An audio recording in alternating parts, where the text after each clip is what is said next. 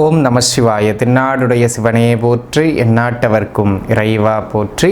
சர்வம் டிவி நேயர்கள் அனைவருக்கும் ஜோதிடர் யோகி ஜெயப்பிரகாஷின் அன்பான வணக்கங்கள்.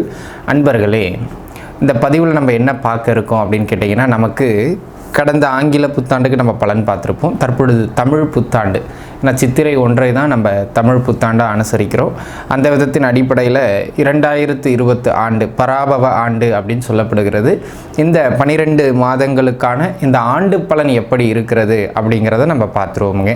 இப்போ இதில் பார்த்திங்கன்னா, எப்போவுமே ஒரு ஆண்டு பலன் கணிக்கின்ற பொழுது பொது பலனின் அடிப்படையில் அது 4 வருட கிரகங்களின் பெயர்ச்சிகள், நகர்வுகள், இருப்புகள் இவற்றின் அடிப்படையில் தான் கணிக்கப்படுதுங்க. சனி, ராகு, கேதுக்கள் மற்றும் குரு. இப்போ இதில் பார்த்திங்கன்னா, சனி பகவான் இந்த ஆண்டு முழுக்கவும் மீனத்தை அலங்கரிக்கிறார். ராகு கேதுக்கள் பெரும்பான்மையான காலகட்டம் கிட்டத்தட்ட 2026 டிசம்பர் வரையிலுமே அவங்க பார்த்திங்கன்னா கும்பத்தில் ராகுவும் சிம்மத்தில் கேதுவும் ஏற்கனவே இருக்கின்ற நிலையில் இருக்கிறார்கள். ஆண்டின் இறுதியில் அதாவது டிசம்பர் இறுதியிலிருந்து அவர்கள் பெயர்ச்சி பெறுவார்கள். அதனை அடுத்ததாக குரு பகவான் ஆண்டின் ஆரம்பத்திலேயே ஜூன் மாதமே உங்களுக்கு கடகத்துக்குள்ளே போயிடுவோம். அப்படி இதுதான் இந்த பராபவ ஆண்டினுடைய வருட கிரகங்களினுடைய நிலைப்பாடு. இப்போ இந்த நிலைப்பாட்டை வைத்து நம்ம என்ன பார்க்க போகிறோம் அப்படின்னு கேட்டிங்கன்னா, உங்களுக்கு எந்த இடங்கள்லாம் நல்லாயிருக்கும், எங்கெல்லாம் நீங்கள் ஸ்கோர் பண்ணலாம், இந்த இடங்கள்லாம் கொஞ்சம் முயற்சி பண்ணால் உங்களுக்கு சாதகமான பலன்கள் நிறைய இருக்குது அப்படிங்கிற மாதிரியான ஒரு பகுதி.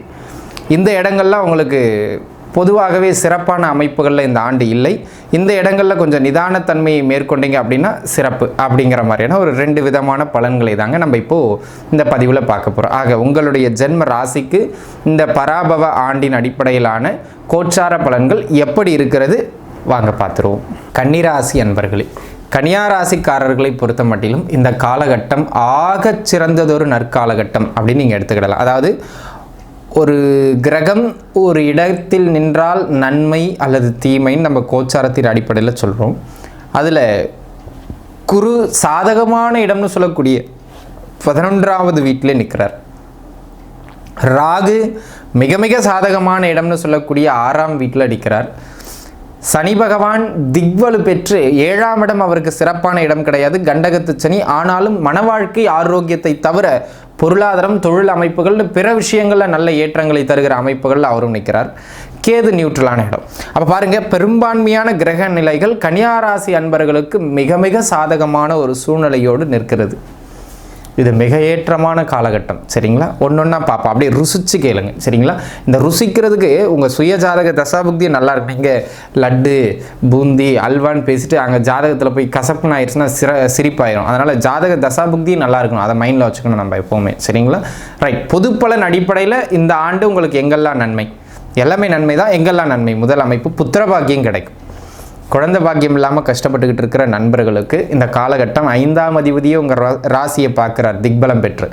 உறுதியாக இது குழந்தை பாக்கியம் கிடைக்கும். ஏன்னா குரு அவரை பார்க்குறார். அன்பு நண்பர்களே, இந்த காலகட்டம் வம்ச விருத்தி ஏற்படும். First point.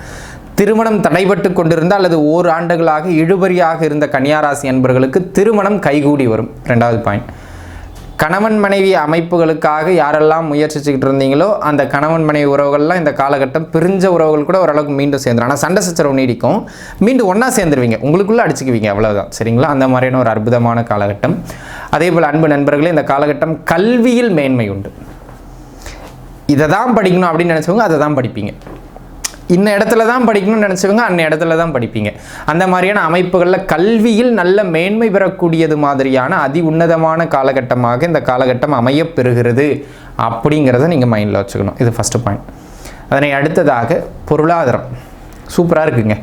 உண்மையிலே பார்த்தீங்கன்னா உங்கள் சுய ஜாதக தசாபுக்தி மட்டும் கொஞ்சம் நல்லா இருந்தால் கூட போதும். இந்த கோச்சாரம் சூப்பராக இருக்குது. 10% கோச்சாரம்னா 10% உங்களுக்கு சூப்பராக இருக்குது. அதனால் நல்ல மேன்மைகளை பெற்றுத்தரக்கூடியது மாதிரியான ஒரு அதி உன்னதமான காலகட்டம். பொருளாதார ரீதியாக கையில் நல்ல பண நடமாட்டம் இருந்து கொண்டே இருக்கும். தொட்டதெல்லாம் துலங்கும். குலதெய்வ வழிபாடு செய்வதற்கு இந்த காலகட்டம் சிறப்பு. குலதெய்வம் யாருன்னே தெரியாதவங்க குலதெய்வத்தை கண்டறிவதற்கு, அதை பற்றிய குறிப்புகளை பெறுவதற்கு இந்த காலகட்டம் மிகச் சிறப்பு. பிள்ளைகள் வழியிலிருந்து நல்ல மன மகிழ்வு பெறுவீர்கள். அதனால் பிள்ளைகளால் ஒரு தாய் தன் குழந்தையை ஈன்றெடுத்த பொழுது இருக்கின்ற மகிழ்ச்சியை காட்டிலும் தன் மகனை பிறர் சான்றோன் என கூறுகின்ற பொழுது அந்த தாய் பெருமிதமும் பெருமகிழ்ச்சியும் கொள்வாள் அப்படின்னு நம்ம முன்னோர்கள் நமக்கு சொல்லி வச்சுட்டு போயிருக்காங்க. அந்த மாதிரியான அமைப்புகள் இந்த காலகட்டம் உங்களுடைய பிள்ளைகளால் உங்களுக்கு கௌரவம் கிடைக்கும், உங்கள் பிள்ளைகளால் உங்களுக்கு முன்னேற்றம் கிடைக்கும், உங்கள் பிள்ளைகளால் உங்களுடைய மதிப்பு உயரும், பிள்ளைகளால் மகிழ்ச்சி கொள்ளக்கூடிய அல்லது பிள்ளைகளால் மகிழ்ச்சி கொள்ளக்கூடிய சந்தோஷம் உங்களுக்கு உண்டு. அப்போ இதெல்லாம் ரேராக எல்லா பெற்றோர்களுக்கும் கிடைக்காது இல்லையா? இந்த காலகட்டத்தில் அது கன்னியா ராசி பெற்றோர்களுக்கு கிடைக்கும். அதே போல் பிள்ளைகளுக்கு சுப நிகழ்வுகள் நடக்கலையேன்னு கஷ்டப்பட்டுக்கிட்டு இருந்த வயதான கன்னியா ராசி அன்பர்களுக்கு பிள்ளைகளுக்கு கல்யாணம் முடிகிறது, பிள்ளைகளுக்கு வேலை கிடைக்கிறது, பிள்ளைகள் முன்னேற்றம் பெறுறது, பிள்ளைகளின் வளர்ச்சியை கண்கூடாக பார்க்கிறதுக்கான அமைப்பு தற்போது உண்டு.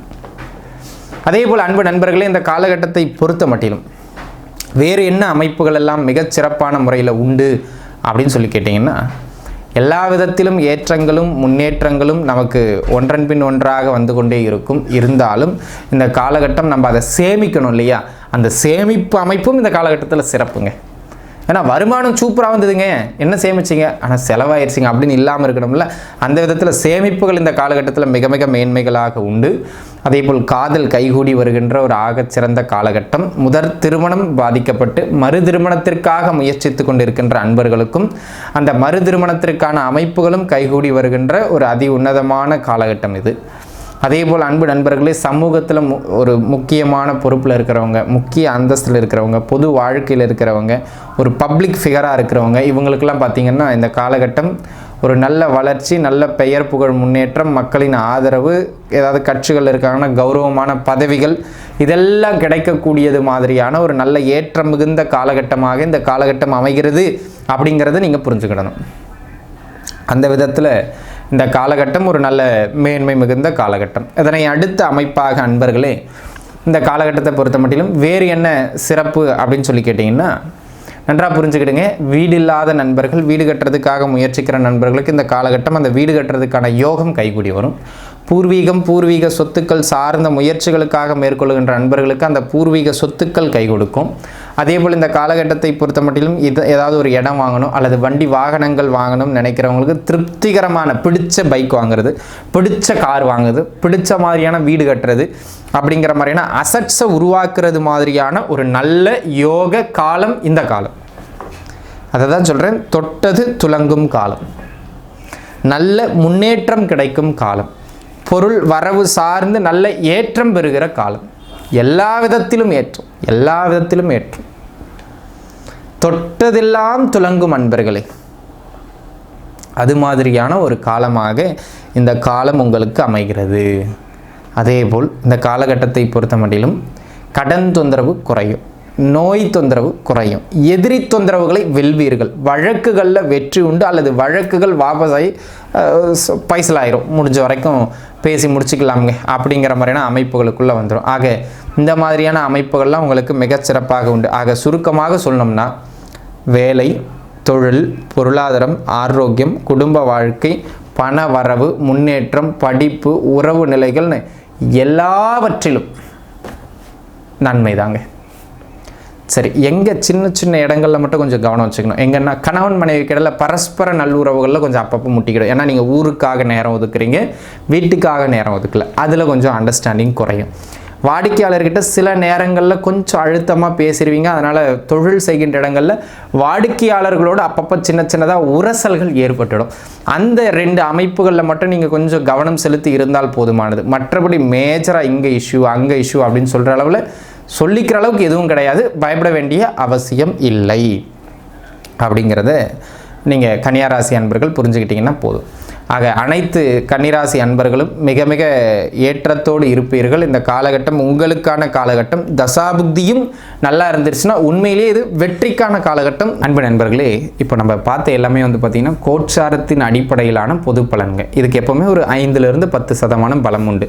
ஆனால் நம்ம இந்த வீடு கட்டுறது, தொழில் பண்ணுறது, இன்வெஸ்ட் பண்ணுறது, திருமணம், இந்த மாதிரி முக்கிய விஷயங்கள் வரும்போது நம்ம ஜாதகத்தினுடைய தசாபுக்தி, சுய ஜாதக தசாபுக்தி தான் ரொம்ப முக்கியம்.